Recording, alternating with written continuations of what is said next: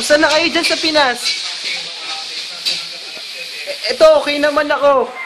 Dito ako ngayon sa Syria, dito ako na-assign. Balak nga daw ako ipambola sa kanyan eh.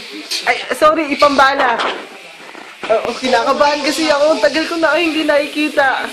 Sobra. Miss ko na kayo.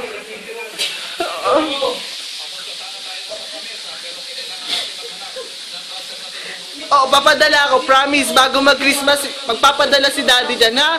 Panggatas ni baby. Okay?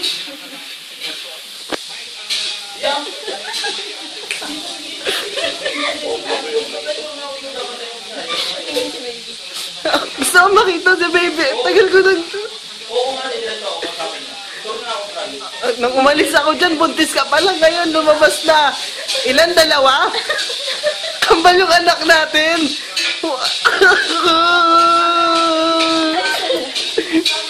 Patingin si baby.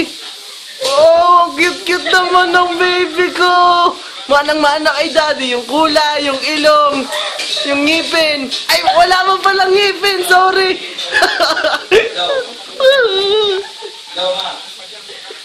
Hindi ako umiiyak. Ano ba kayo?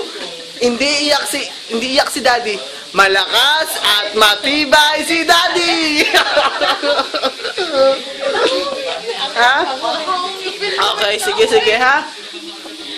Wait lang, nawawala na ng connection, ha? Okay, mahal na mahal ko kayo. Ha? Tandaan nyo, ha? Si Daddy kasi nagiging ulyanin na dito, eh. Ha?